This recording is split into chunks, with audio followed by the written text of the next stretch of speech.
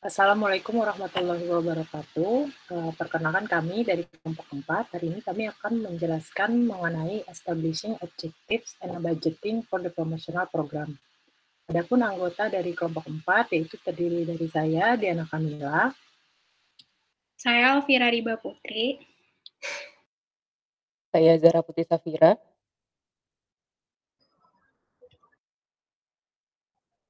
Saya Luciana Melia. Dan saya Zara Rizky Sakinah. Next. Di bagian pertama ini, saya akan menjelaskan mengenai the value of objectives. Next.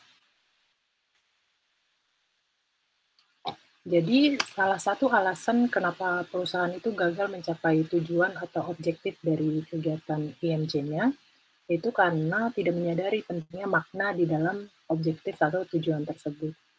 Nah, tujuan atau objektif periklanan dan promosi diperlukan karena hal ini akan mempengaruhi berbagai hal, yang diantaranya yaitu communication, planning and decision making, dan yang ketiga ada measurement and evaluation of results.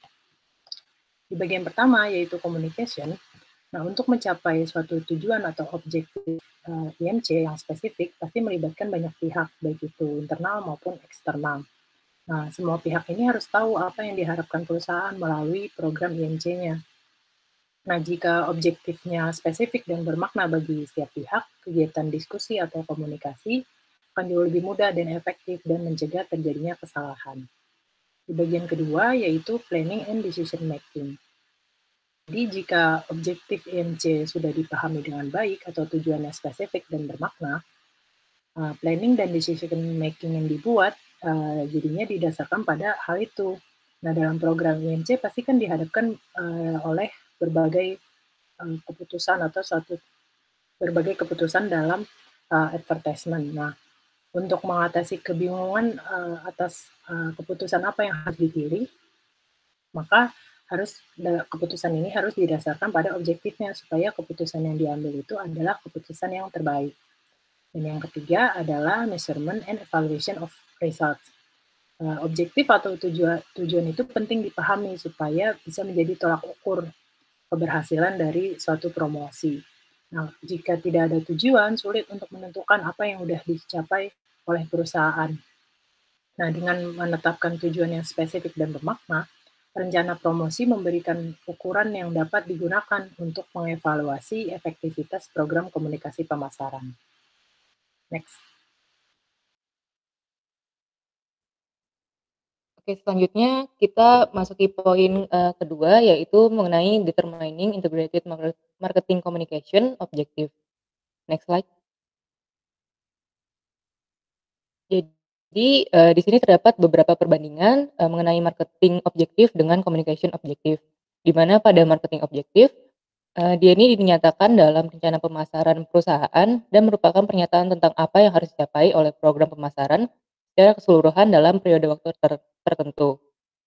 Selanjutnya, si marketing objektif ini juga didefinisikan dalam istilah hasil yang spesifik dan terukur seperti volume penjualan, pangsa pasar, keuntungan, atau laba atas investasi atau ROI. Dan yang terakhir, tujuan pemasaran yang baik dapat diukur, di mana mereka dapat menggambarkan pasar sasaran dan menargetkan rangka waktu dalam target tujuan mereka. Sedangkan pada Integrated Marketing Communication Objective atau IMC, tujuan komunikasi pemasaran terintegrasi ini adalah pernyataan tentang apa yang akan dicapai oleh berbagai aspek dari program IMC ini sendiri. Dan juga didasarkan pada tugas komunikasi tertentu yang diperlukan untuk menyampaikan pesan yang sesuai kepada audiens target. Dan juga manajer harus mampu menerjemahkan tujuan pemasaran umum menjadi tujuan komunikasi dan tujuan promosi khusus. Next slide. Nah, selanjutnya masuki poin ketiga, yaitu mengenai sales versus communication objective. Next slide.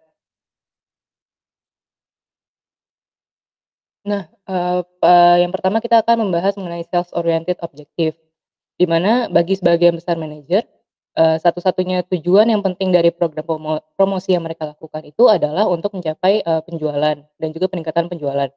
Manajer ini umumnya membandingkan opsi investasi atas dasar rasio-rasio keuangan seperti laba atas investasi atau ROI. Selanjutnya, banyak manajer juga percaya bahwa uang yang dihabiskan untuk iklan dan promosi lainnya harus menghasilkan hasil yang dapat diukur, seperti meningkatkan volume penjualan dengan persentase atau jumlah tertentu, atau meningkatkan pangsa pasar mereka. Yang dimana seluruh tujuan dari kegiatan iklan dan promosi ini harus didasarkan pada pencapaian hasil penjualan. Nah, akibatnya banyak manajer yang telah meningkatkan upaya mereka untuk membuat agensi pemasaran mereka lebih bertanggung jawab atas kinerja yang mereka capai. Di sisi lain, beberapa lembaga lain telah mengembangkan alat mereka sendiri untuk mencoba memberikan lebih banyak informasi terkait ROI sehubungan dengan kinerja program IMC yang mereka lakukan. Dan terakhir, beberapa manajer pula lebih menyukai tujuan yang berorientasi pada penjualan ini untuk membuat individu yang terlibat atau stakeholder yang terlibat dalam periklanan dan promosi mampu berpikir tentang bagaimana nih cara program promosi akan mempengaruhi penjualan sehingga diharapkan dapat meningkatkan laba perusahaan. Next slide. Nah, selanjutnya masih terkait tentang self oriented objective, di mana sebenarnya di sini tuh terdapat beberapa permasalahan nih. Di mana dalam dunia bisnis, hasil penjualan dapat disebabkan oleh variabel bauran pemasaran lainnya, termasuk desain atau kualitas produk, pengemasan, distribusi harga, dan juga lain sebagainya. Seperti yang bisa dilihat di gambar di sebelah kanan ini.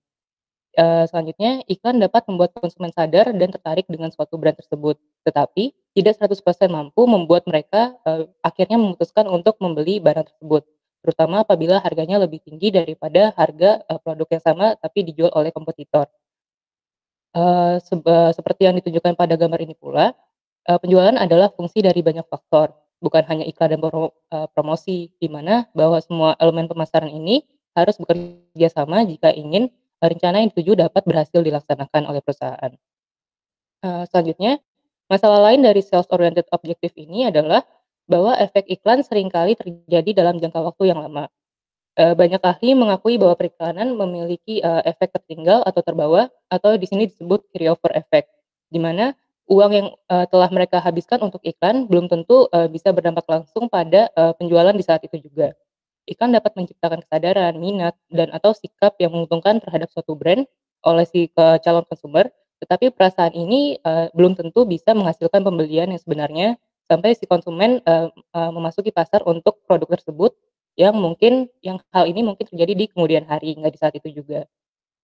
Selanjutnya masalah lain terkait si sales oriented effect ini adalah sales oriented objective ini adalah bahwa mereka menawarkan sedikit panduan bagi orang-orang bertanggung jawab di promosi dan juga periklanan ini, di mana sebenarnya orang-orang kreatif dan media yang bekerja di bagian pemasaran itu membutuhkan beberapa arahan mengenai sifat desain iklan dan juga sifat pesan iklan yang ingin dikomunikasikan oleh perusahaan, serta audiens yang dituju, serta efek atau respon tertuju yang dikehendaki. Namun pada self oriented effect ini tidak mengakomodir semua informasi tersebut. Next slide. Nah, masih di self oriented objective, di sini meskipun tadi sudah disebutkan bahwa terdapat beberapa masalah dalam penggunaan penjualan sebagai tujuan dari iklan dan promosi, ternyata masih terdapat beberapa situasi di mana tujuan penjualan atau self oriented objektif ini justru lebih sesuai untuk digunakan. Tujuan utama dari sebagian besar promosi penjualan adalah untuk menghasilkan peningkatan penjualan jangka pendek. Dan di mana pada saat yang sama, strategi jangka pendek ini diharapkan akan menghasilkan keuntungan jangka panjang juga. Nah, di sini terdapat 3 situasi di mana sales oriented objective ternyata lebih sesuai untuk dipakai.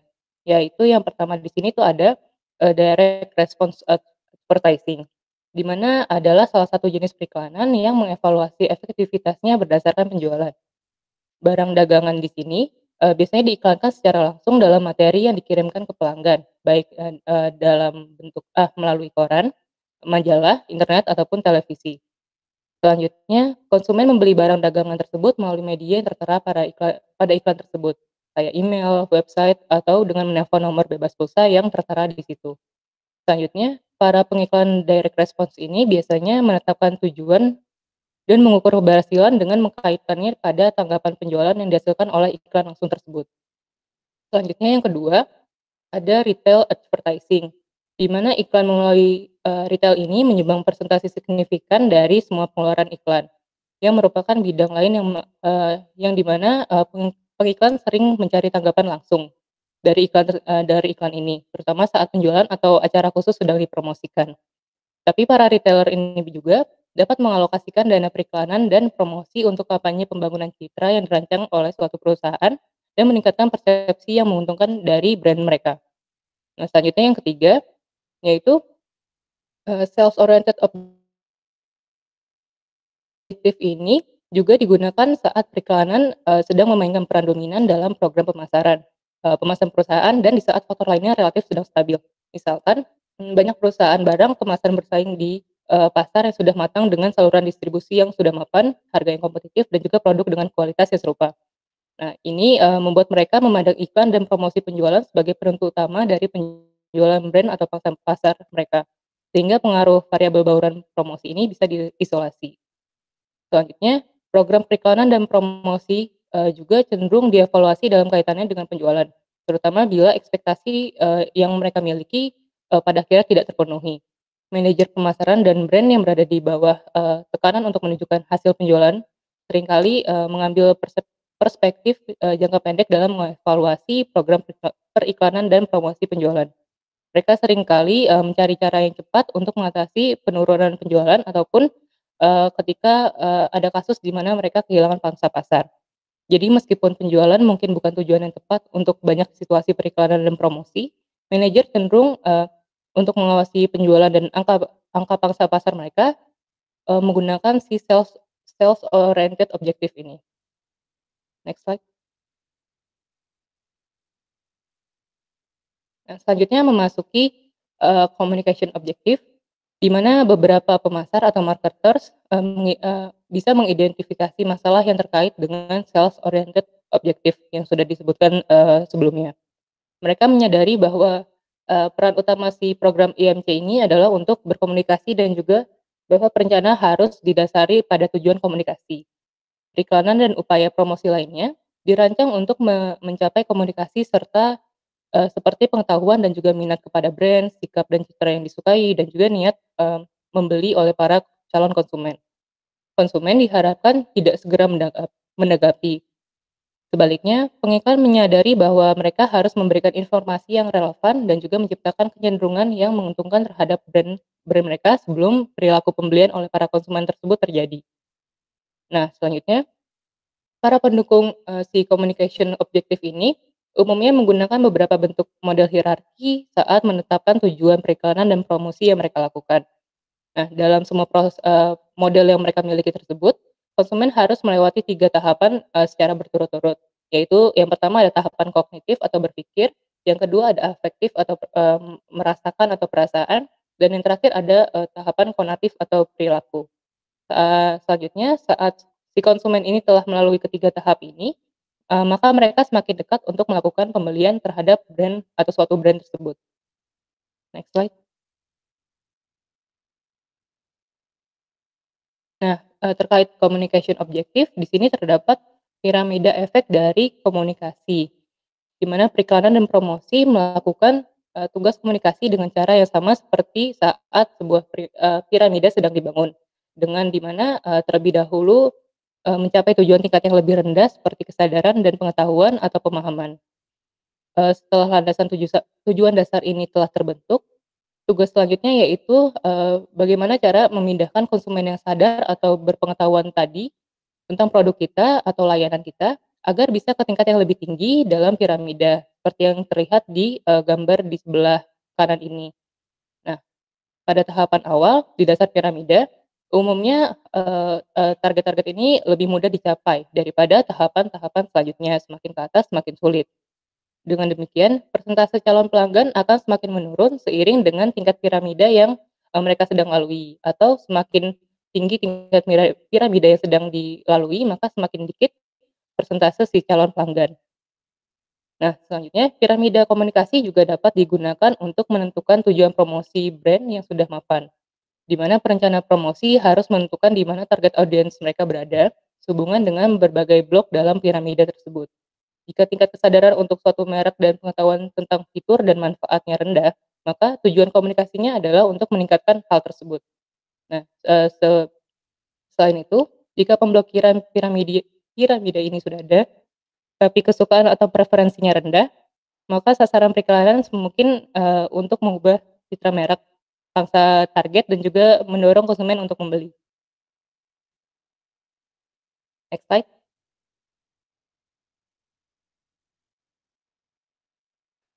Masih terkait, communication objektif, di mana ternyata tidak semua manajer pemasaran dan periklanan menerima si communication objektif ini. Karena beberapa dari mereka mengatakan bahwa, hal ini terlalu sulit untuk, menerjemahkan tujuan penjualan menjadi tujuan komunikasi tertentu. Tetapi pada titik tertentu, tujuan penjualan harus diubah menjadi tujuan komunikasi. Di mana jika rencana pemasaran untuk brand yang sudah mapan memiliki tujuan untuk meningkatkan penjualan sebesar 10%, maka perencana promosi pada akhirnya harus memiliki pesan yang akan dikomunikasikan kepada audiens sasaran untuk mencapai hal ini. Selanjutnya, dalam beberapa situasi, si perencana promosi ini, dapat memperoleh wawasan tentang hubungan tujuan komunikasi dengan penjualan dari penelitian industri. Nah, selanjutnya bisa dilihat di gambar ini, yang merupakan contoh dari purchase funnel atau corong pembelian yang digunakan oleh, orang di industri otomotif sebagai model diagnosis pengambilan keputusan konsumen. Nah, dalam upaya untuk menerjemahkan tujuan penjualan ke dalam, tujuan komunikasi tertentu, perencana promosi sering tidak yakin apa yang merupakan tingkat kesadaran, pengetahuan, kesukaan, preferensi, atau keyakinan yang, memadai bagi si konsumen ini. Manajer promosi juga harus menggunakan pengalaman pribadinya dan pengalaman manajer, brand ataupun produk, serta riwayat, pemasaran mereka ini dan, merek merek serupa atau kompetitor untuk melakukan communication objektif yang, baik. Next slide.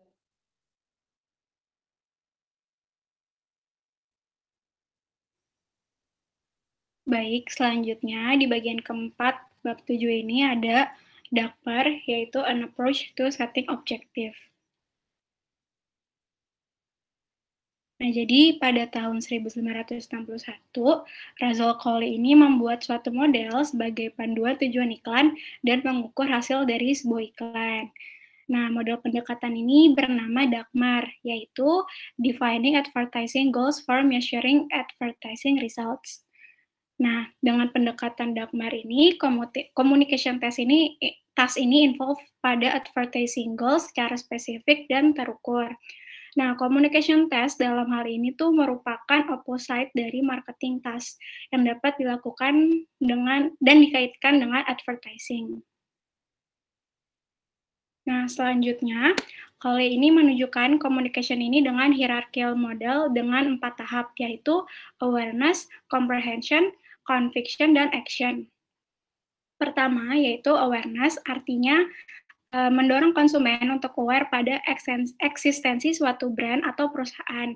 Contohnya dengan melakukan advertising di media sosial atau sosialisasi produk secara offline. Nah, yang kedua ada comprehension, artinya membuat konsumen mengetahui produk tersebut serta manfaat yang akan didapatkannya. Ketiga, conviction. Nah, jadi setelah mendorong konsumen untuk aware dan mengetahui manfaat produk, tahap ini tuh merupakan tahap yang mana akan membangun mental disposition seorang konsumen untuk membeli produk tersebut. Nah, yang terakhir atau keempat itu ada action. Artinya tahap terakhir itu adalah saat konsumen melakukan pembelian produk, yang artinya komunikasi tersebut sudah berhasil mendorong konsumen untuk membeli produk. Nah, ini berikutnya, kontribusi terbesar kedua DAKMAR adalah terhadap advertising planning proses itu adalah mendefinisikan apa sih good objective itu. Nah, ada 4 karakteristik advertising objective yang diperkenalkan oleh Cole yang harus dinyatakan dalam communication task. Nah, yang pertama, ini ada concrete and measurable task. Nah, jadi communication task ini yang ditentukan dalam objektif harus dalam statement yang tepat tentang appeal atau message yang ingin dikomunikasikan advertiser kepada target audience. Nah, jadi objektif atau copy platform ini harus dinyatakan secara spesifik dan jelas sebagai acuan kreatif spesialis dalam mengembangkan advertising message. Nah, contohnya dalam hal ini adalah Walmart yang melakukan rebranding dengan mengganti tagline. Mulanya ini tagline Walmart itu adalah always low prices. Nah, tapi di tahun 2007 tagline ini diganti menjadi save money, live better. Nah, jadi dengan adanya perubahan tagline ini menuntut perubahan aspek bisnis Walmart nih seperti new in-store experience, desain interior, hingga konsep baru display produknya. Nah, hasilnya dengan ada perubahan tagline ini, 3 tahun setelah mengganti tagline Walmart ini, Walmart itu menjadi perusahaan go public terbesar apabila dilihat dari sisi pemasukannya. Nah, yang kedua, ini ada target audience. Jadi, target audience dalam suatu iklan itu penting ditentukan dengan jelas untuk mencapai communication objektif. Nah, hal ini dapat dilakukan dengan menentukan primary target audience atas produk atau jasanya dengan menganalisis situasi audiensnya tersebut. Nah, yang mana hal ini tuh bisa didasari oleh variabel deskriptif, contohnya kayak geografi, demografi, dan psikografi. Nah, selain itu juga ada behavioral variable yang tergambar dari usage rate atau benefit yang akan dicapai. Nah, langkah dari target audience ini tuh bisa dicapai dengan tiga cara, yaitu yang pertama, advertiser ini bisa melakukan target customer research. Dan nanti setelah dia udah melakukan penelitian tentang target konsumennya, dia yang kedua itu ada melakukan analisis pasar. Nah, yang ketiga, setelah dia melakukan analisis pasar, dia akan mendefine audiensnya. Nah, define audiensnya itu nanti akan ketemu nih kayak beberapa pertanyaan. Siapa sih audiens target customer-nya tuh yang cocok, terus kira-kira behavioral mereka tuh gimana, terus mereka tinggalnya di mana lokasinya, terus umurnya berapa, kayak gitu. Nah, yang ketiga, ada benchmark and degree of change sought. Nah, untuk menentukan tujuan, target audience present status ini harus diketahui dengan respon hierarki variabel seperti awareness, knowledge, image, attitudes, dan intentions. Nah, dalam menentukan target market present position ini membutuhkan benchmark measures. Nah, seringkali sebuah marketing research ini harus dilakukan untuk mengetahui level of response hierarkinya. Nah, dengan adanya benchmark measure ini, hal ini memberikan acuan kepada promotional planner untuk menentukan communication task apa saja yang harus dicapai, serta melakukan spesifikasi particular objektifnya. Nah, hal ini tuh biasanya dilakukan dengan cara kuantitatif benchmark. Nah, quantitative benchmark ini tidak hanya valuable dalam establishing communication goals and objective aja, tetapi juga penting untuk menentukan apakah bagaimana sih keberhasilan suatu iklan tersebut. Nah, contohnya nih, misalkan sebuah iklan itu mencapai target awareness sebesar 90% dalam meningkatkan awareness-nya. Nah, sebenarnya tuh besaran presentasi ini tuh nggak terlalu efektif karena dia alangkah baiknya lebih efektif kalau misalkan berapa sih awareness sebelum adanya iklan tersebut. Jadi lebih terukur bisa dibandingkan kalau sebelum ada iklan ini awareness ke produknya itu berapa, nah setelah ada iklan ini awareness produknya itu berapa. Jadi bisa terbandingkan atau kayak kita mengetahui nih keberhasilan iklan tersebut tuh kayak gimana. Nah, yang keempat itu ada specified time period. Nah, yang mana merupakan pertimbangan terakhir dalam menentukan advertising objektif. Nah, appropriate time period ini biasanya memiliki range waktu mulai dari beberapa hari hingga 1 tahun atau lebih. Nah, hal ini tuh bergantung pada situasi yang dihadapi oleh advertiser dan respon seperti apa yang ingin dicapai olehnya. Nah, awareness level suatu brand ini bisa dibentuk atau dicapai secara cepat apabila melakukan penyebaran media schedule secara intensif maupun penayangan iklan yang repetitif kepada target audiensnya. Nah, contohnya nih ada iklan sel 10-10 di Shopee. Nah, biasanya nih sel kayak gini tuh cuman ada periode itu cuma 2 minggu, karena kan dia biasa promosinya tuh cuman sel pada bulan tertentu aja ya. Misalkan bulan Oktober selnya 10-10, nah nanti bulan November selnya ganti lagi 11-11 gitu. Jadi emang range waktunya tuh cuma 2 minggu sampai 1 bulan gitu. Nah, pendekatan Dagmar untuk menentukan objektif dan goals ini memiliki pengaruh pada advertising planning, proses dengan memberikan pemahaman yang lebih baik. Nah, Dagmar ini tuh sebenarnya memfokuskan advertiser attention pada value dari penggunaan communication based daripada sales based objektif untuk mengukur efektivitas sebuah iklan dan mendorong measurement dari respons hierarki untuk menilai dampak impact dari sebuah campaign. Nah, tapi pendekatan Dagmar ini tuh dia tidak sepenuhnya diterima pada dunia periklanan. Hal ini tuh digambarkan dengan adanya 4 kritisi atas Dagmar. Nah, yang pertama ini ada problems with response hierarchy. Jadi, melalui hal ini dinyatakan bahwa sebenarnya konsumen itu nggak melalui siklus yang sama dalam merespon communication effect sebelum melakukan pembelian. Nah, latar belakang dari kritisi ini adalah maraknya penggunaan digital marketing suatu produk. Nah, jadi advertising melalui digital dan media sosial ini memiliki perubahan yang signifikan pada consumer decision making process yang semulanya dari linear one-to-one menjadi more circular process. Nah, yang kedua ini ada sales objective.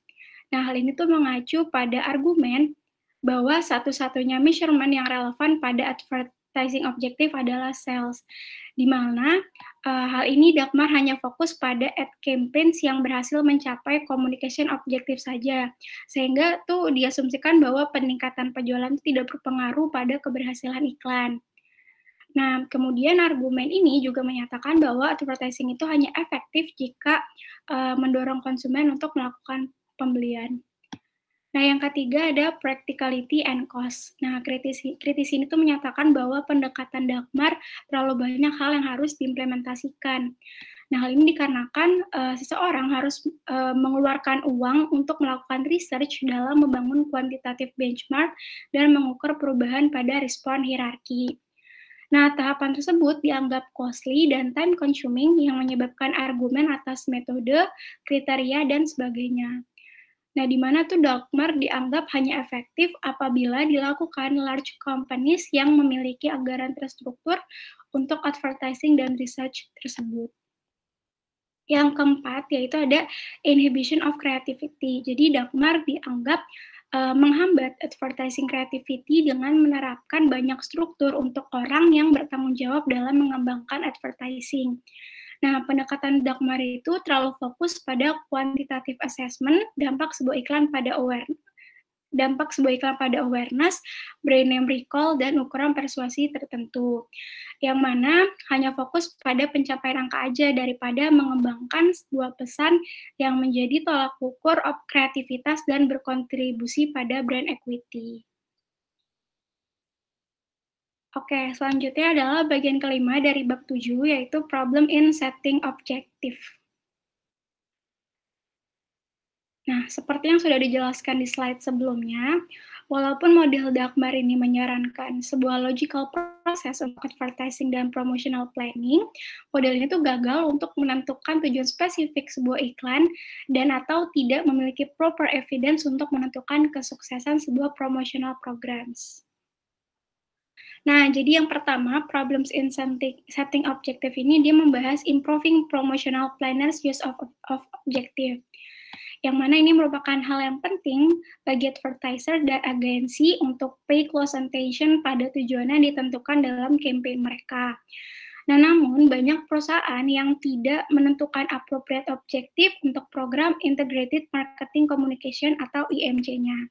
Kenapa sih bisa terjadi kegagalan objektif komunikasi? Yang pertama, top management itu biasanya hanya mengetahui ide abstrak mengenai program IMC perusahaan. Kedua, industri advertising itu tidak selalu mengetahui kinerja dan dampak iklannya terhadap sales. Nah, yang ketiga, industri advertising itu tidak mengetahui industri advertising itu memiliki sistem kualitas jaminan yang sangat rendah yang berdampak pada inkonsistensi produk. Nah, dengan adanya kegagalan ini, teridentifikasi nih apa aja sih yang harus menjadi tujuan kriteria tersebut, yaitu panduan promotional planning and decision making, serta standar untuk mengevaluasi performa. Nah, di mana tujuan ini tuh dapat dicapai dengan menentukan tujuan yang spesifik dan dapat diukur dalam rangka meningkatkan kualitas IMC planning. Nah, salah satu alasan mengapa advertising objektif itu menjadi perhatian adalah banyaknya perusahaan advertising yang menerapkan komunikasi secara tradisional untuk target audiensnya. Nah, promotional mix elements ini tuh seperti sales promotion, direct marketing, publicity digunakan secara berkala untuk mendukung dan melengkapi advertising program. Nah, selain itu, traditional advertising based views of marketing communication planning seperti Damar ini telah mendominasi dalam waktu yang lama. Nah, pendekatan ini didasari oleh hierarchical response model dan pertimbangan bagaimana marketers dapat mengembangkan dan menyebarkan advertising message, yang mana ditunjukkan pada bagian di slide ini. Pendekatan ini disebut sebagai inside-out planning yang diperkenalkan oleh Profesor Don Scholz.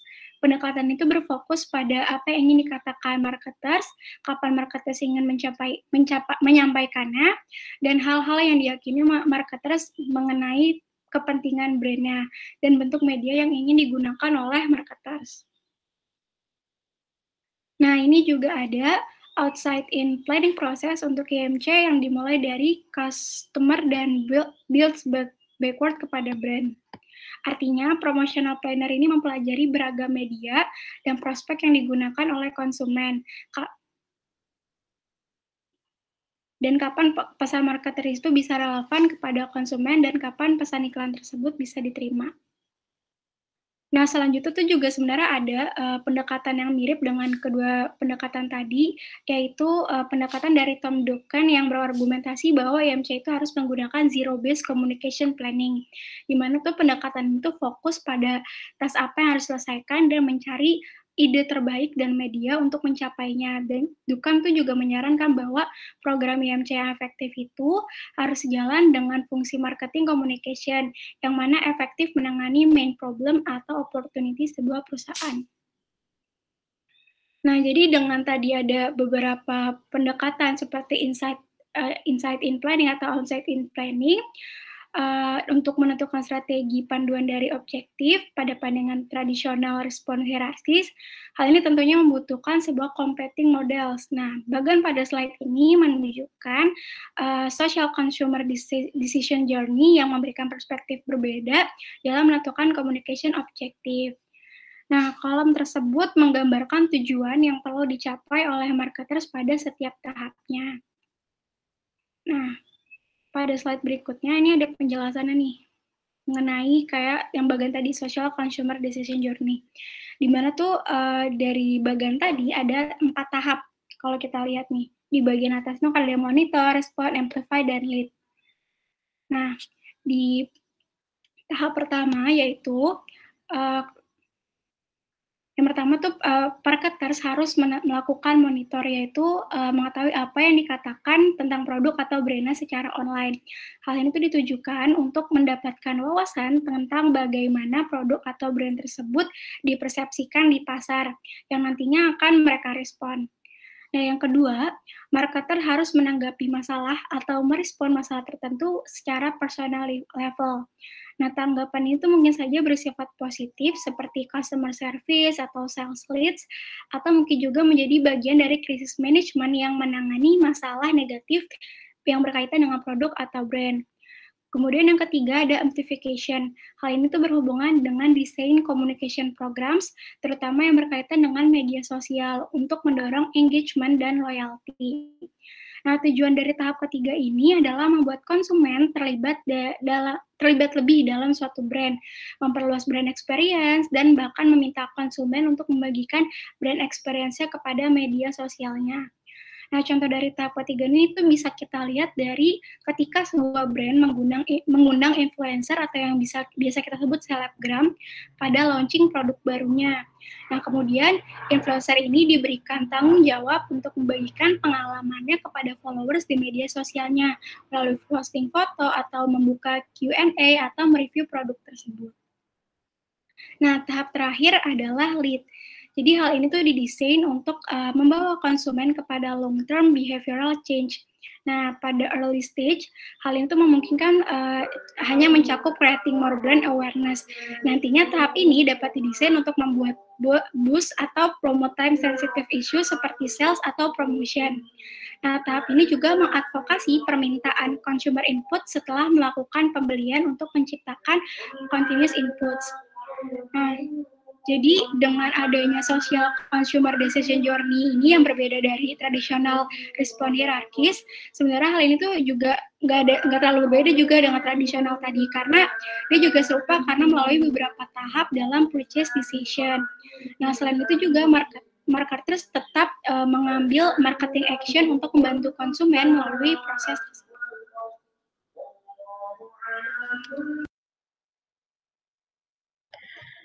Ya, selanjutnya kita masuk ke poin establishing budget. Nah, di sini kita akan berdiskusi mengenai bagaimana sih kita menetapkan budget dalam pemasaran dan juga promosi gitu. Selanjutnya. Nah, di sini tuh banyak sekali gitu manajer yang gagal menyadari bahwa nilainya periklanan dan promosi. Mereka tuh memperlakukan promosi itu sebagai anggaran komunikasi, sebagai pengeluaran daripada investasi. Nah, alih-alih melihat dolar yang dihabiskan sebagai kontribusi untuk penjualan dan pangsa pasar, mereka ini melihat bahwa pengeluaran anggaran untuk promosi dan periklanan itu nih sebagai pemotong keuntungan gitu. Nah, akibatnya ketika masa-masa sulit ini, ketika resesi ataupun penurunan penjualan gitu ya, anggaran iklan dan anggaran promosilah yang pertama kali dipotong gitu. Meskipun ada beberapa bukti yang harusnya tuh dilakukan tuh sebaliknya gitu. Ketika masa resesi dinaikkan justru periklanan dan juga promosi dari produk tersebut. Nah, yang poin-poin di PowerPoint ini adalah poin-poin di mana di situ sebenarnya masih banyak isu-isu atau kontra pro kontra gitu. Bagaimana sih kita mengatur budget ketika mau mempromosikan atau mengiklankan suatu produk gitu. Nah, kontra-kontranya apa aja sih ya? Poin yang pertama, satu-satunya alasan kuat untuk mengurangi iklan selama resesi adalah bahwa penjualan selama resesi cenderung lebih rendah daripada selama masa ekspansi. Periklanan sangat terikat dengan siklus ekonomi di berbagai ekonomi. Ada bukti yang kuat dan konsisten bahwa mengurangi iklan dapat merugikan penjualan selama dan setelah resesi.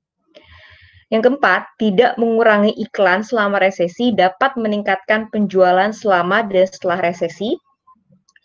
Yang keenam, perusahaan yang meningkatkan iklan selama resesi mengalami penjualan pasar yang lebih tinggi, saham dan penghasilan selama atau setelah resesi. Sebagian besar perusahaan cenderung mengurangi iklan selama resesi, mengurangi kebisingan, dan meningkatkan efektivitas periklanan perusahaan dan periklanan. Nah, di sini kita lihat ya poin-poinnya tuh ada yang ketika resesi itu malah meningkatkan periklanan, ada yang tidak seperti itu. Jadi di sini masih ada pro kontranya di bagian situ. Oke, kita lanjut. Nah, di sini kita akan melakukan beberapa analisis ketika mau melakukan pembajetan ya. Yang pertama analisis marginal. Analisis marginal ini adalah saat pengeluaran iklan atau promosi ini meningkat. Penjualan dan margin kotor juga meningkat ke satu titik. Nah, ini tuh di sini ya ada kurvanya. Yang biru titik-titik ini sales, yang merah titik-titik ini adalah expenditure untuk advertising dan promotion kayak gitu. Nah, jadi di sini keuntungan itu terbukti sebagai hasil dari margin kotor dikurangi dengan pengeluaran iklan. Dengan menggunakan teori ini, untuk menetapkan anggarannya, perusahaan akan terus membelanjakan uang periklanan atau promosi selama pendapatan marginalnya yang dihasilkan itu lebih besar daripada pengeluarannya. Nah, ini intinya sih sesuai dengan yang di slide ya, pendapatan kotor dikurang biaya iklan. Nah, ini harus pendapatan kotornya ini tuh harus lebih besar gitu daripada biaya iklannya gitu. Kalau dia lebih besar dari biaya iklannya, maka perusahaan ini akan terus menambahkan biaya periklanan gitu. Tapi kalau misalnya dia kurang dari biaya iklan, maka dia akan menurunkan biaya iklan kayak gitu.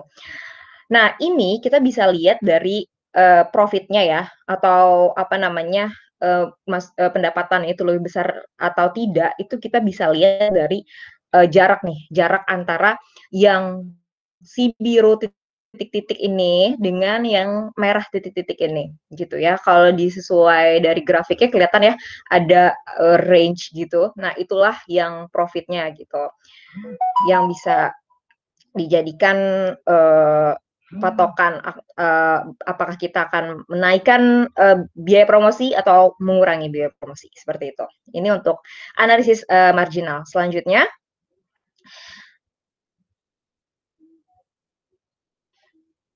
nah, analisis marginal itu sebenarnya secara intuitif memang sangat mudah, secara logika memang masuk ya, bahwa iya memang secara logika pun bisa terlihat bahwa ya pendapatan dikurang biaya gitu kan.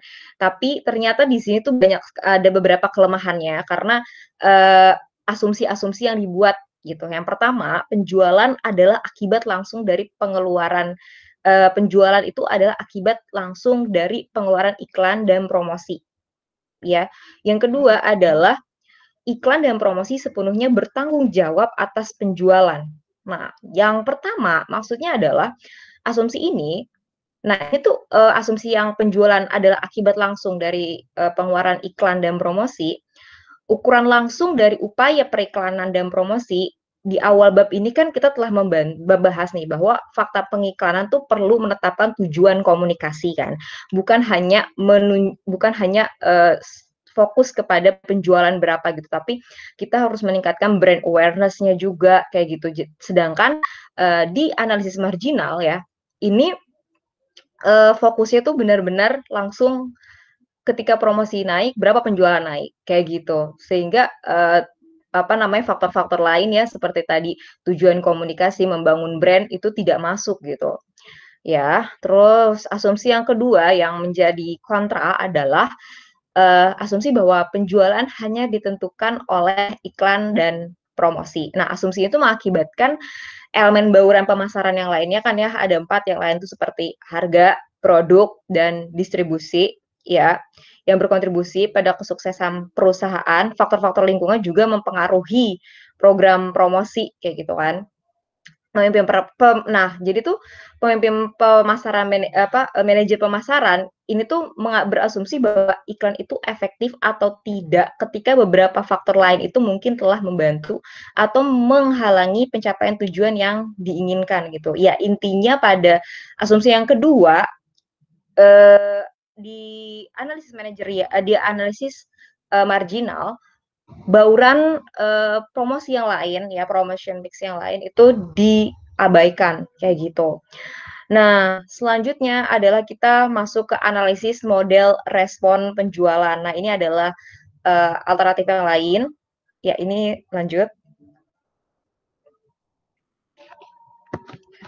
Jadi tadi model yang marginal tadi memang memang jarang sekali ditemukan karena hanya fokus kepada berapa penjualannya, kayak gitu. Nah, di analisis model respon penjualan ini juga sebenarnya hampir sama, cuman dia di sini lebih terlihat step-stepnya gitu ya. Nah, yang pertama ini model concave downward response ya. Nah, ini logikanya itu adalah bahwa mereka yang memiliki potensi terbesar untuk membeli kemungkinan akan bertindak pada exposure pertama. Jadi teori concave downward response ini adalah seiring dengan meningkatnya jumlah iklan, nilai tambahnya itu menurun. Ya, jadi iklan pertama nilai tambahnya itu meningkat ya, maksudnya dapat engagement dari masyarakat tuh baik gitu ya. Kedua, ketiga, sampai nanti ada titik jenuhnya di mana semakin besar iklan yang dibuat, maka semakin tidak ada nilainya gitu karena exposure-nya gitu. Karena exposure-nya itu pertama ya yang paling awal yang paling bagus kayak gitu. Terus yang kedua adalah shape respon. Nah, ini juga lebih tertata ya, di mana di sini tuh ada rentang A, ada rentang B, dan rentang C. Ya, pada awal rentang A, ini tuh yang memproyeksikan bahwa fungsi pengeluaran awal anggaran iklan memiliki pengaruh yang kecil terhadap sales juga ya. Terus rentang B juga upaya periklanan dan promosi mulai berpengaruh, sampai rentang C pengeluaran tambahan mulai menghasilkan sedikit atau tidak sama sekali dalam penjualan gitu ya. Ya, ini lebih step-step kayak gitu. Selanjutnya, nah ini juga model yang tadi, model S tadi yang sebelumnya itu juga jarang ditemukan karena adanya kesulitan para manajer untuk mengimplementasikan model ini ke dunia nyata, seperti itu, ya. Karena adanya beberapa faktor lain, lagi-lagi karena setiap model yang tadi kita sudah bahas sebelumnya, itu selalu menuju kepada berapa penjualan gitu. Sedangkan ada additional factor lain yang mempengaruhi si penjualan itu. Coba kita lihat selanjutnya. Nah, ini additional factor yang bisa mempengaruhi sales ya, yang tidak hanya dari advertising. Oke, kayak basis of differentiation dari product factor ya, ada basis of differentiation-nya, kualitas dari produknya gitu, emotional buying motivate kalau dari customer faktor gitu ya. Dari market factor pun kalau misalnya kita lihat di sini ada stage of product life cycle ya. Di situ kita juga kelihatan kan kalau misalnya produk kita tuh baru introductory itu masih nambah tuh pangsa pasarnya naik, sampai growth juga masih naik, sampai udah ke maturity itu udah mulai negatif, terus akhirnya ke decline kayak gitu. Jadi di sini menjelaskan di additional factor itu dijelaskan bahwa penjualan itu tuh nggak cuma dipengaruhi sama dengan biaya promosi kayak gitu, dengan biaya promosi ataupun periklanan. Ya ada kontribusinya, ada cuman faktor-faktor additional tuh yang lain banyak gitu, sehingga tujuan dari periklanan dan juga promosi ini harus dikembalikan yang ke awal, itu tujuannya adalah untuk mengkomunikasikan untuk brand awareness dan juga untuk penjualan juga kayak gitu. Ya, lanjut.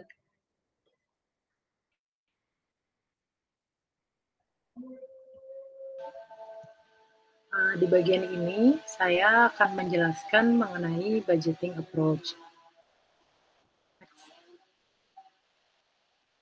Nah, di budgeting approach ini ada dua bagian, yaitu yang pertama top-down approach dan yang kedua build-up approach.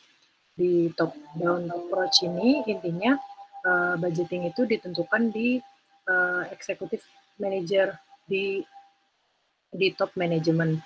Nah, setelah itu baru budgetnya bisa dijadikan sebagai spending limit. Nah, bedanya dengan build-up approach ini, build-up approach justru sebaliknya, jadi promosi objektifnya baru ditentukan, kemudian budgetnya sudah ditentukan, lalu baru di budgetnya ini nanti ditentukan akhirnya oleh top manajemen. Di bagian bottom up budgeting ini nanti akan dijelaskan lebih lanjut oleh teman saya, Dara Rizky. Next.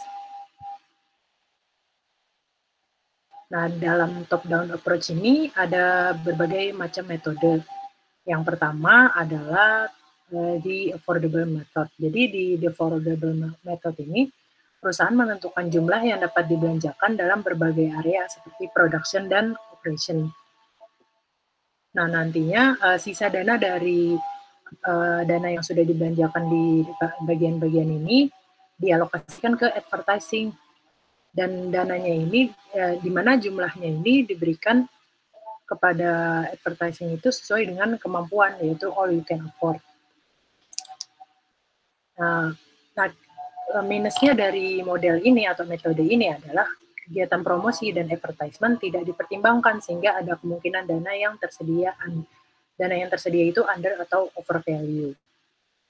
Kemudian metode yang kedua adalah arbitrary allocation. Sebenarnya di metode yang ini metodenya agak asal-asalan. Jadi manajer ini menentukan budget itu berdasarkan ya persepsi mereka, berdasarkan pribadi mereka. Tidak ada teori khusus yang didasarkan manajemen untuk menentukan budgetnya. Next. Di bagian ketiga ini adalah percentage of sales. Jadi budget untuk iklan dan promosi didasarkan pada penjualan produk. Nah, hal ini ditentukan diantaranya melalui dua hal atau dua metode. Yang pertama straight percentage of sales dan yang kedua percentage of unit cost. Di percentage of sales ini budget untuk advertisement itu ditentukan berdasarkan persentase yang dikalikan dengan sales-nya. Seperti contohnya di presentasi ini adalah misalnya total sales-nya adalah 1 juta US dollar, lalu percentage of sales-nya 10%, berarti hanya dikalikan aja menjadi 100.000 US dollar untuk advertising budgetnya. Nah, angka persentase ini didasarkan dari mana? Didasarkan dari persentase advertising budget industri masing-masing. Misalnya di industri makanan atau industri manufaktur, mereka punya persentasenya masing-masing. Nah, untuk salesnya ini didasarkan oleh sales tahun ini atau tahun forecasting atau future sales. Jadi untuk perhitungan ini didasarkan kebanyakan dari future sales, yaitu sales yang sudah diproyeksikan untuk tahun depan. Nah, kemudian di metode kedua adalah percentage of unit cost. Jadi di masing-masing unit cost yang dialokasikan untuk budget advertising, misalnya ada $1. Nah, dari $1 ini nantinya dikalikan dengan total sales yang sudah di forecast, yaitu misalnya 100.000 unit. Nah, berarti 100.000 unit ini nantinya dikalikan dengan $1. Nah, totalnya itu untuk advertising budgetnya ada 100.000 US dollar. Next. Nah, untuk percentage of sales ini ada kelebihan dan kekurangannya, ada keuntungan dan kerugiannya. Dari keuntungannya, percentage of sales ini financially safe. Kenapa safe? Karena memang mereka dikalikan dengan sales kan, yang dimana bergantung pada penjualannya mereka. Kalau misalnya penjualannya lagi baik, ya berarti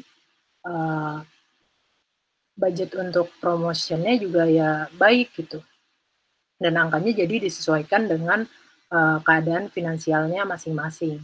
Kemudian yang kedua, easy to implement. Kenapa mudah ya? Karena tadi dari contoh saja, hanya dengan mengalihkan persentase yang ada di industri dengan total sales yang sudah diproyeksikan.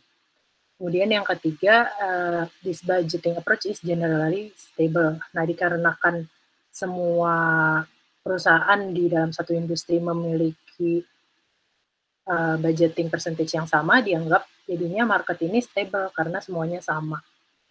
Namun di balik keuntungannya, percentage ini ada kerugiannya juga, yaitu advertisement dan promosional menjadi ketergantungan dengan sales. Ya, jadi kalau misalnya salesnya sedang tinggi, ya berarti advertisement dan promosional budgetnya juga tinggi. Tapi kalau misalnya salesnya lagi rendah, juga advertisement dan promosionalnya juga jadi, budgetnya juga jadi rendah. Nah, kemudian yang kedua, tidak memungkinkan allocate budget melebihi persentase pasar. Nah, karena semuanya diasumsikan persentase budgetnya sama di dalam satu industri, jadinya bagi perusahaan-perusahaan yang mau persentasenya lebih tinggi, tidak bisa melakukan hal ini, karena berarti dengan dia melakukan ini, berarti dia menyalahi metode percentage of sales. Kemudian yang ketiga adalah jika salesnya rendah, progress sales juga kurang baik. Jika sales tinggi, budget berlebih. Nah, kalau misalnya salesnya tinggi, salesnya sedang rendah, berarti budget untuk promotional dan advertisement otomatis rendah kan. Padahal promotional dan advertisement itu justru bisa membantu meningkatkan sales itu sendiri. Nah, ini yang jadi kekurangannya. Nah, selain itu juga menjadi kekurangannya dengan metode ini, budgeting untuk promosional dan advertisement itu dianggap sebagai suatu expenses, bukan sebagai suatu investment di kegiatan IMC. Next. Metode selanjutnya adalah competitive parity. Jadi di competitive parity ini managers menentukan budgetnya berdasarkan percentage of self expenditures kompetitor. Nah, jika perusahaan tahu bahwa kompetitor yang nggak mampu menyaingi pengeluaran mereka, maka perusahaan tidak perlu menambah dana lebih untuk budgeting mereka juga. Nah, tapi di balik metode ini sebenarnya ada kerugiannya, yaitu yang pertama mengabaikan fakta bahwa iklan dan promosi dirancang untuk mencapai tujuan tertentu. Dengan metode ini jadi tujuannya hanya cuma untuk membanding-bandingkan saja antara budgeting perusahaan kita dengan perusahaan yang lain. Tidak fokus pada tujuan utamanya. Kemudian yang kedua adalah mengasumsikan bahwa karena perusahaan memiliki pengeluaran yang sama, program mereka akan sama efektifnya. Padahal kenyataannya dengan pengeluaran atau budget yang sama belum tentu kegiatan promosinya juga sama efektif kepada customer-nya. Yang ketiga adalah mengabaikan kemungkinan keuntungan dari perusahaan itu sendiri. Sebenarnya dengan meningkatnya iklan kompetitor, misalnya budgetnya juga lebih tinggi untuk advertisement dan promotion, belum tentu jadi kerugian buat kita. Bisa jadi brand kita juga jadi lebih dikenal karena seringnya iklan-iklan mereka, misalnya kayak brand kita adalah brand substitute dari perusahaan lain. Berarti bisa jadi justru brand kita jadi lebih dikenal karena promosinya mereka yang lebih besar-besaran. Yang keempat, kompetitor belum tentu menggunakan strategi yang sama terus-menerus. Nah, karena terus benchmarknya terus adalah budgetnya kompetitor, jadinya padahal kan kompetitor strateginya nggak melulu itu-itu aja, pasti terus berubah-ubah. Nah, sulit bagi suatu perusahaan untuk terus catch up kepada strategi perusahaan, misalnya strategi budgeting promosinya. Next. Nah, di bagian ini itu ada metode return on investment. Jadi, iklan dan promosi dikategorikan sebagai investasi, sehingga budget yang diberikan itu mengarah pada return yang dihasilkan nantinya. Nah, meskipun metode ROI ini terlihat bagus, kenyataannya sebenarnya jarang untuk menilai return yang diberikan oleh upaya promosi. Setidaknya selama sales menjadi dasar evaluasi dari kegiatan promosi. Next. Nah, kesimpulan dari top-down approach ini, nah walaupun pendekatan ini sebenarnya di buku itu tidak direkomendasikan karena banyaknya limitasi yang dimiliki, hal ini perlu dipelajari karena metode ini masih umum digunakan oleh marketer. Nah, tradisi dan manajemen menjadi faktor utama nih mengapa pendekatan ini tuh masih umum digunakan hingga saat ini. Next.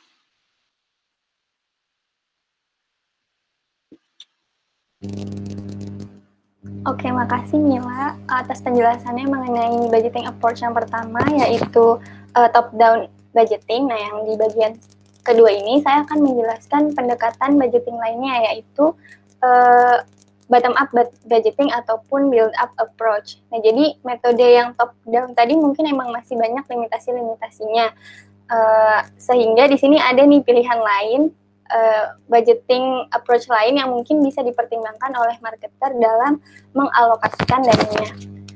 Nah,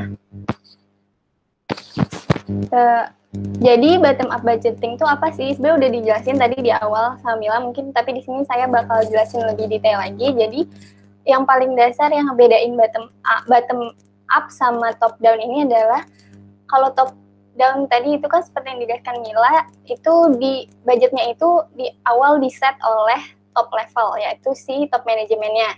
Baru anggaran itu nanti bakal dipakai untuk tujuan atau objektif apa aja. Nah, tapi kalau di bottom up budgeting ini kita mulai dari promotion objektifnya dulu nih. Kita set dulu mau kemana arahnya, kemudian nanti dari objektif-objektif itu marketer mulai ngatur strategi, aktivitas marketing apa yang dibutuhkan untuk mencapai objektif-objektif tersebut. Kemudian dari situ diestimasikan atau memperkirakan kira-kira biaya untuk melakukan promosi activity itu berapa. Jadi lagi-lagi cost itu sesuai dengan aktivitas untuk mencapai tujuan. Nah, dari situ total promotion budget ini nantinya baru di-approve oleh si top management. Jadi alurnya itu dari bawah baru ke atas. Nah, di build up approach ini ada 3 metode. Yang pertama ada objective and test method, ada payout planning, dan juga quantitative model. Next. Nah, jadi kita pertama masuk ke build up approach. Metode yang pertama yaitu objective and test method, di mana metode ini menegaskan pada penentuan tujuan dan anggaran yang disusun secara beriringan. Jadi metode ini mensyaratkan marketer untuk mengembangkan anggaran promosinya dengan cara pertama mendefinisikan tujuan yang spesifik, menentukan strategi dan tugas untuk mencapai tujuan tersebut, dan yang ketiga adalah mengestimasi biaya terkait strategi dan bentuk promosinya. Nah, jadi bisa disimpulkan di sini ada 3 tahap apabila marketer mau melakukan objective and test method. Yang pertama itu establish the objective. Jadi marketer nentuin dulu nih tujuannya mau kemana. Misalnya promotionnya ini, kita ambil contoh marketer punya produk baru, terus mau menarik awareness dari 20% dari total targeting target marketnya.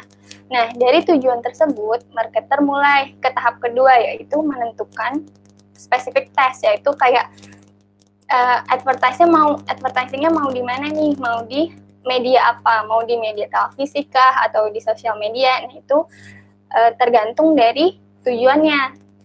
Tujuan di awal mau kemana, dan kira-kira tugas atau aktivitas marketing apa nih yang cocok untuk mencapai tujuan tersebut.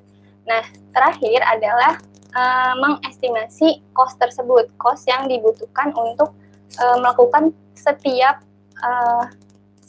aktivitas marketing yang udah ditentukan di tahap kedua. Jadi misalnya, biar lebih kebayang, jadi di tahap pertama misalnya tadi, marketer ini mau objektifnya meningkatkan market awareness terhadap produk barunya ini sebesar 20% dari targeting marketnya.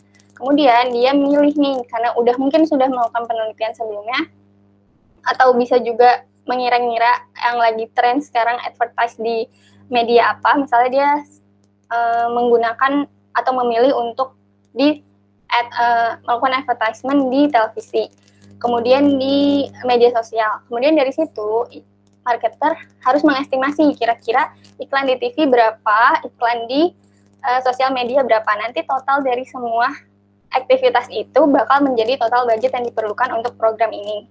Nah, dari sini kita bisa lihat nih ada keunggulan dari si objective and test method ini. Yang pertama adalah karena dilakukan secara beriringan, maka anggarannya ini didorong oleh tujuan yang akan dicapai. Kemudian yang kedua, karena marketer juga udah menentukan kira-kira tugas-tugas apa aja nih yang harus ditempuh untuk mencapai tujuan, sehingga tugasnya itu lebih terperinci dan dapat dipertanggungjawabkan. Kemudian yang terakhir adalah menjadi tolak ukur atau acuan dalam eksekusi kegiatan iklan dan promosi nantinya untuk produk-produk yang akan datang yang serupa dengan produk yang sedang diajukan. Nah, tapi di sini ada juga nih kelemahan dari objective and test method ini. Yang pertama adalah sulit menentukan program apa yang perlu dilakukan untuk tujuan tertentu. Di sini mungkin karena marketer belum melakukan penelitian lebih lanjut baik terhadap channel link advertisement-nya ataupun terhadap target konsumennya. Kemudian yang kedua adalah sulit diterapkan untuk produk baru. Jadi karena ini produk baru, marketer masih bingung kira-kira marketing activity apa nih yang cocok untuk mencapai objektif itu dari produk baru ini. Kemudian yang terakhir adalah estimasi biaya mungkin bisa meleset baik karena faktor internal ataupun eksternal.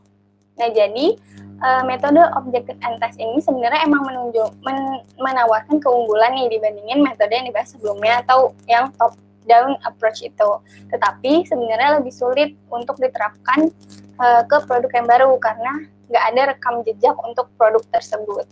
Next. Nah, yang kedua kita masuk ke metode yang kedua yaitu payout planning. Jadi sebenarnya payout planning ini adalah metode yang memproyeksikan seberapa besar revenue yang akan dihasilkan bersamaan dengan biaya apa aja yang diperlukan nih dalam jangka waktu 2-3 tahun. Hal ini berdasarkan expected rate of return. Metode ini akan membantu dalam menentukan berapa banyak pengeluaran iklan dan promosi yang akan diperlukan ketika return yang diharapkan mungkin terjadi. Sebenarnya simpelnya, ini tuh menggunakan prinsip investasi di mana pengembalian modalnya ini diterima setelah waktu tertentu. Maksudnya pengembalian modal ini adalah kayak menginvestasikan iklan ini seberapa, nah nanti pengembaliannya itu diterima dalam jangka waktu tertentu. Nah di sini untuk biar lebih kebayang ada contohnya. Jadi untuk menentukan berapa biaya yang harus dikeluarkan, marketer mengembangkan sebuah payout plan. Nah, yang memuat proyeksi nilai investasi dari iklan dan promosi yang diperuntukkan. Jadi di sini teman-teman bisa lihat juga di tabel ini ada product sales, profit contribution, ada advertising promotion cost yang dikeluarinnya, terus ada profit dan ada cumulative profit di tahun pertama, tahun kedua, dan tahun ketiga. Jadi di sini di tahun pertama memang perusahaan akan mengalami kerugian karena biaya promosi dan iklannya itu masih melebihi keuntungan atau bahkan sama dengan produk sales-nya kalau teman-teman bisa lihat di tabelnya. Sedangkan profitnya hanya 7,5, tapi advertising cost-nya dia memakai sebesar 15. Nah, sehingga di sini perusahaan masih mengalami kerugian. Tapi di tahun selanjutnya, di tahun kedua, perusahaan mulai mengurangi advertising cost-nya dan meningkatkan produk sales-nya, sehingga di sini di tahun kedua ini perusahaan mencapai titik impasnya atau break even point di antara biaya promosi dengan keuntungan yang diterima. Dan di tahun ketiga ini perusahaan mulai nih mendapatkan keuntungan dari penjualan. Dan strategi ini atau payout plan ini emang dirasainnya itu di jangka panjang. Sehingga jika payout planning ini digunakan bersama dengan objective and test method, ini akan memberikan pendekatan yang jauh lebih logis untuk penetapan anggaran daripada pendekatan top-down approach. Nah, tapi emang masih jarang diaplikasikan. Next.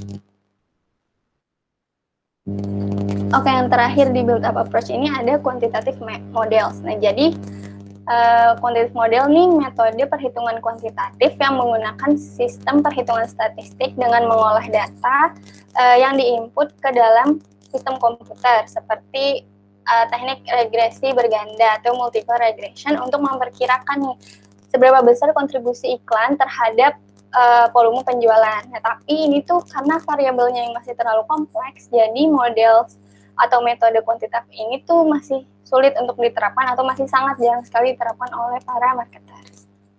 Next.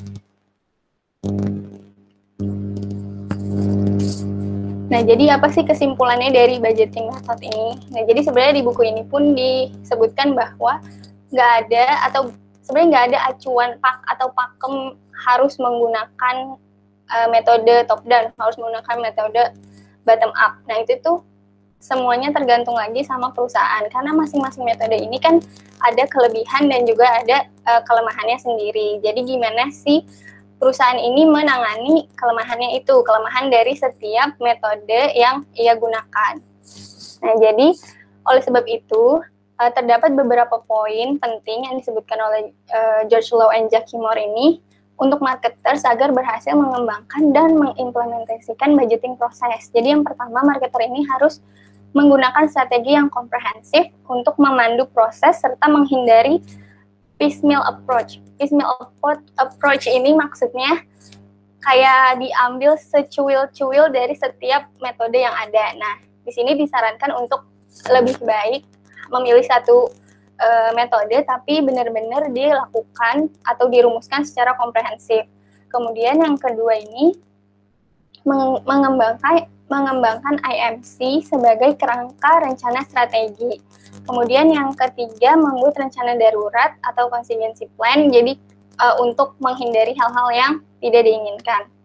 Kemudian yang keempat, fokus pada long term objective. Jadi marketer juga harus fokus ke ke tujuan-tujuan jangka panjang. Kemudian yang kelima, marketer juga harus selalu konsisten mengevaluasi efektivitas program agar nantinya bisa diaplikasikan ke produk-produk ataupun campaign lainnya yang bisa digunakan di masa yang akan datang.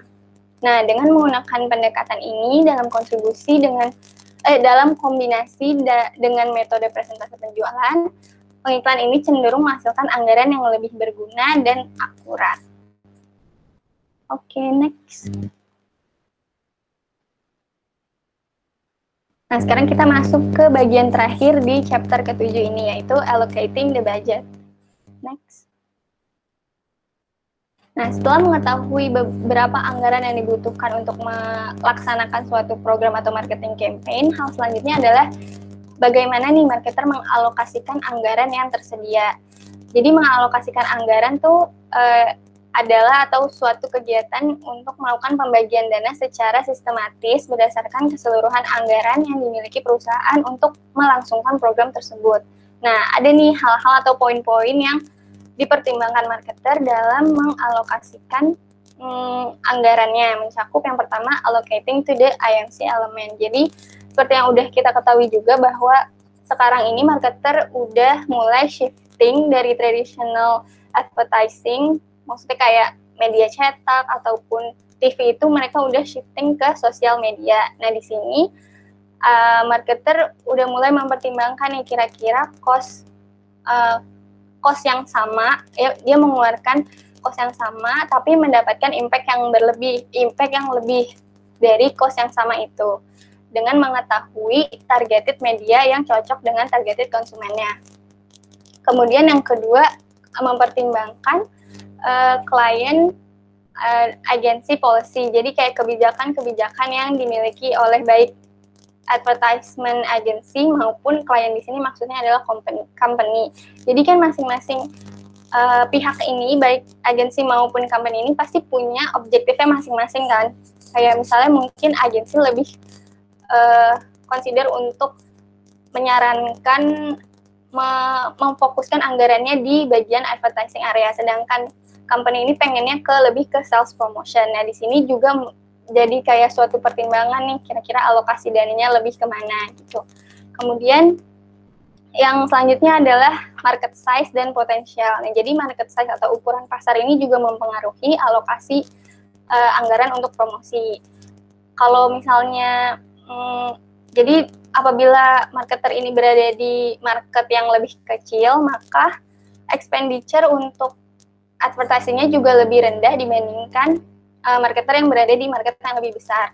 Kemudian untuk market potensial di sini adalah maksudnya misalnya kita memiliki salah satu produk yang emang memiliki potensial di suatu market, market tersebut, tapi salesnya ini memang rendah, tapi marketer tahu bahwa di market tersebut produk kita tuh masih punya potensi yang tinggi. Nah, di situ juga masih bisa menjadi pertimbangan dari marketer untuk tetap melakukan atau menganggarkan sebagian dananya di market tersebut.